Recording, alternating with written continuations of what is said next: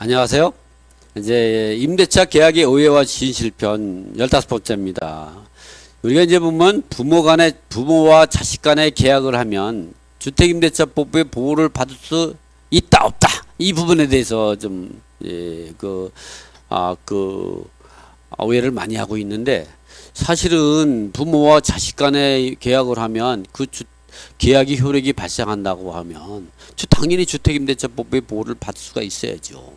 그러나 우리가 일반적인 상식에 의하면 부모와 자식 간의 임대차 계약을 작성하면 대부분이 계약이 효력이 발생하지 못하는 경우가 일반적인 관례에 따르죠. 왜? 부모가 자식하고 할 때 전세 보증을 받고 임대차 계약 사는 경우가 얼마나 되겠습니까? 그러니까 우리 같이 이제 보면, 저도 이제 뭐 나이가 이제 58이지만 우리 같은 경우는 이제 결혼한 자녀들이 결혼하고 막 이러다 보니까 뭐 집도 사주기도 하고 전월세 계약서도 이제 전세 보증도 대주고 막 증여도 하고 그래서 적법하게 소유권도 취득하고 막 이런 부분들이지. 그래서 보면 우리가 이제 여러분들이 보면 부모 간에 자식 간이 계약서 할 때 어떻게 해야 계약이 효력이 발생하고 어떻게 하면 계약이 무효인가, 이 부분은 우리가 아주 기본적으로 알고 있어야 될 기본적인 상식이라고 생각합니다. 그래서 그 부분에 대해서 제가 한번 제가 썼던 부동산 임대차 계약 상식사전, 그 책이 어디 있나 한번 볼까요? 여기 있네요. 부동산 임대차 계약 상식사전 책이 부동산 임대차 계약 상식사전 요 책이네요. 요 책에 있는 내용입니다. 자, 한번 제가 읽어봐 드릴게요. 부모와 자식 간에도 임대차 계약을 작성할 수 있다. 이때 임차인이 전입신고하고 거주하고 있으면 주택임대차법으로 보호를 받을 수 있다. 그러나 부모와 자식 간의 임대차는 미성년자가 아니고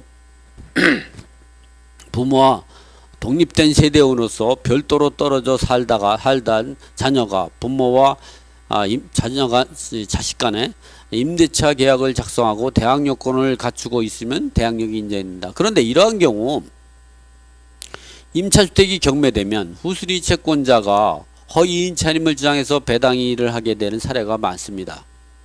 이러한 임대인과 임차인 간에 임차 보증금이 입금된 내역을 증빙할 수가 있는 자료를 가지고 있어야 한다.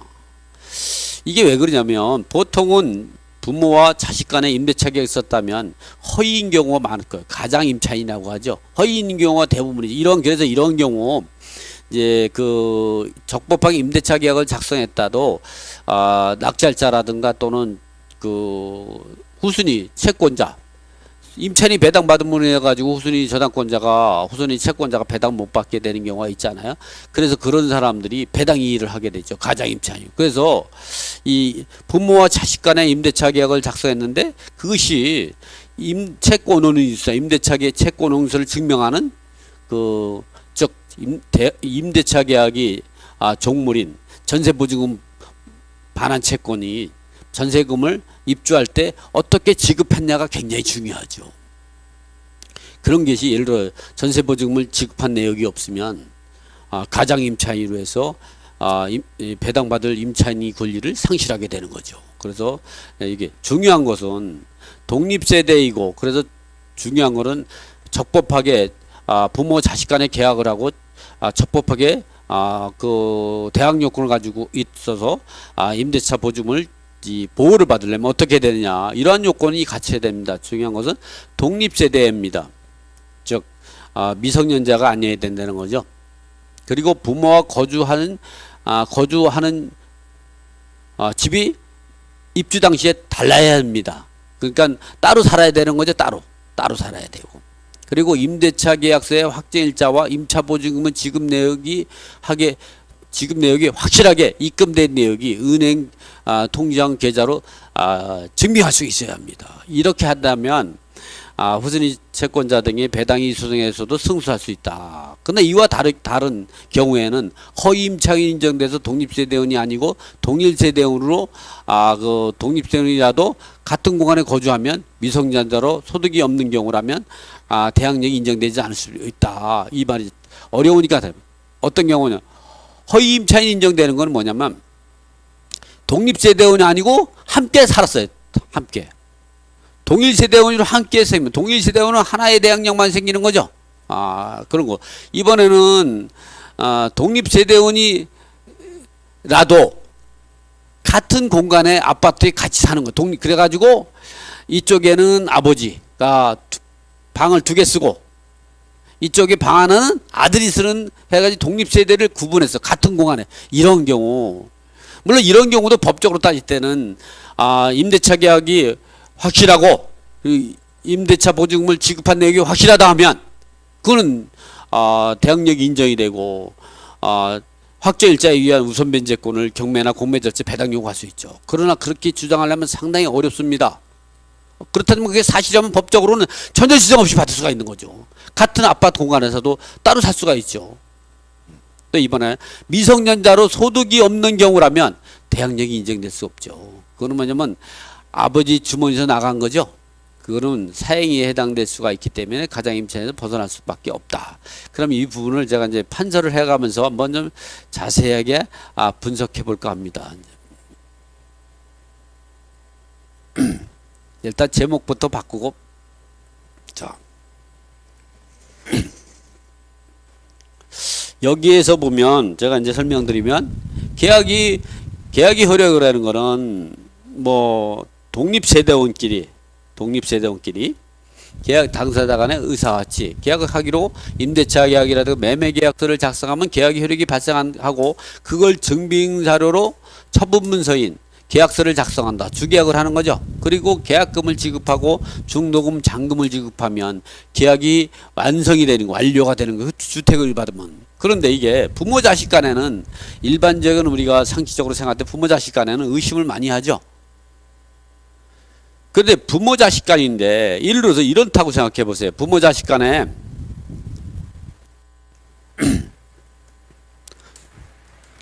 자녀가 미성년자다. 이 미성년자하고 미성년자가 독립세대원이에요. 세대원으로 구성을 하고 이 사람을 임차인으로 하고 부모가 임대인으로 해서 임대차 계약서를 임대인으로 해서 실질적으로 돈을 지급한 행위를 했다고 하더라도 이거는 증여에 해당되지 인정되기 어려워요. 왜냐하면 이 부모가 법정 대리인이죠. 여러분이 법정 대리는 이 남편 부인 전체가 동의를 해야 되는 거거든요. 법정 대리 두 사람이 법정 대리입니다. 이 두 사람이 동의 없이 임대차 계약 쓴 거는 효력이 없는 거죠. 어쨌든 이러한 경우는 인정받을 수 없습니다. 이번에는 뭐냐면 미성년자가 아니고 성년이에요. 우리 대법원에는 미성년자라고 하더라도 결혼을 했다면 성년을 봅니다. 미성년. 물론 20세 미만이 결혼하는 경우 없겠지만 어쨌든 이제 성년이면서 이 독립세대가 아니라 동일세대원, 같은 주민등록상의 세대원이다. 같은 아파트에 동일세대원이 있다. 이런 경우는 인정될 수 없습니다. 또 이게 같은 아파트에서 동일세대원으로 있다. 이런 경우도 법적으로는 인정받을 수가 있죠. 전혀 하자가 없죠. 독립세대. 왜냐면 같은 아파트가 방이 3개입니다. 큰 방은 부모님 세대, 작은 방 2개는 자녀 세대가 독립세대로 해서 자기가 돈을 벌어가지고 부모한테 임대보증을 지급했다. 그리고 부모가 임대인으로 해서 자녀가 임차인으로 해서 임차보증을 지급하고 임대차 계약 쓰고 이것이 계약서의 확정일자까지 받았다 그러면 이것이 주택임대차 보호법을 받을 수 있는 효력에 법적으로는 하자가 없습니다. 그러나 이것이 이거를 갖고 인정받으려면 소송에 다투게 되면 돈의 출처까지 다 나와야 됩니다. 그렇기 때문에 이렇게 작성하려면 돈 출처까지 자세히 자금을 마련한 출처까지 만들어 놔야 합니다. 한 번은 이런 경우가 있었죠. 어떤 경우가 있냐면 5년간의 임대차 계약을 쓰고 전세보증은 1억입니다. 그래서 어머니가 딸한테 그 1억을 지급하고 딸 집에 임대차 계약서 입장, 그 주택이 경매당한 겁니다. 그래서 후순위 채권자들 또는 이제 소위 새로운 제3취득자들이 배당이의 소송을 제기한 거죠. 근데 어머니가 이겼습니다. 왜냐면 어머니가 돈을 마련한 출처부터 지급한 통장 이체 내역까지 그리고 계약서 모든 걸 증빙 자료를 가지고 있다 보니까 그걸 우리가 채권 원인 증서라고 하거든요. 채권 원인 증서. 임대차 계약 채권 원인 증서는 뭐냐? 계약서가 있어야죠. 그리고 계약금, 중도금, 잔금 지급한 그 영수증, 그리고 계좌 이체 내역, 이런 것들이 있으면 채권 원인 증서로 100%입니다. 이렇다고 하면 부모 자식 간의 계약서도 그 독립대 세대로 인정받고 주택임대차로 보호를 받는 대항력과 우선 변제권이 발생하죠. 그래서 우리가 이제 기본적으로 이 같은 아파트에 이렇게 하는 경우는 인정받을 수 없습니다. 그러나 보통에는 다른 데 살다가 사는 경우는 인정받을 수가 있죠. 이렇게 성년이면서 부모 세대와 별도로 거주하다가 입주하는 경우, 입주하고 부모는 퇴거하는 경우, 부모가 임대인이고 자녀가 임차인이고, 또 반대로 해도 됩니다. 반대로 이렇게 임대차 계약 쓰고 전세 보증금을 지급 내역, 지급 내 통장으로 계좌 이체한 것만 갖고도 부족합니다. 완벽하게 하려면 어떻게 하냐? 어떻게 돈을 마련했는가? 이 부분과 전세자금 대출이라든가 아니면 내가 적금해서 돈을 내 계좌에 있었던 부분들을 증빙하여야만이 배당이의 소송에서 퍼펙트가 뭐냐면 영어로 해서 죄송하지만 이 100% 재판에서도 이길 수가 있는 거죠. 그래서 여러분들이 부모 자식 간의 계약을 하면 주택임대차 보호를 받으려면 지금과 같이 이렇게 완벽하게 계약해야 된다. 다시 여러분 잘 이해가 잘 안 가니까 제가 다시 한번 정리를 해보드리죠. 부모 자식 간에 계약을 했을 때의 계약의 효력은 효력이 있다 없다 보호를 받을 수 있는 겁니다. 그러나 계약에 하자가 있다면, 계약의 하자가 어떤 것이냐면 이 자녀가 돈을 벌 수 없는 이 미성년자라든가, 그러나 미성년자도 결혼하면 성년을 인정해 줍니다. 대법원 판례에서는. 그러나 문제는 뭐냐면 그 세법상 그렇다는 거죠. 대법원 판례가 된 게 아니고 정정하겠습니다. 그러나 문제는 뭐냐면 아무리 적이라도 소득이 없는 미성년자가 결혼했다고 해서 그것이 부모가 돈을 대준 거지 자녀가 벌 수가 없는 거죠. 그래서 그런 경우는 인정받기 어렵습니다. 또 하나는 뭐냐면 그 독립된 세대원일 때를 보면 독립된 세대원인데 별도로 동일한 아파트에서 거주하다가 이제 동일 세대원은 아니지만 동일한 아파트에서 세대만 분리해서 임대차 계약을 썼다. 또는 그렇게 살다가 이사를 나갔다. 부모는 나가고 자녀가 다 해서 임대차 썼다.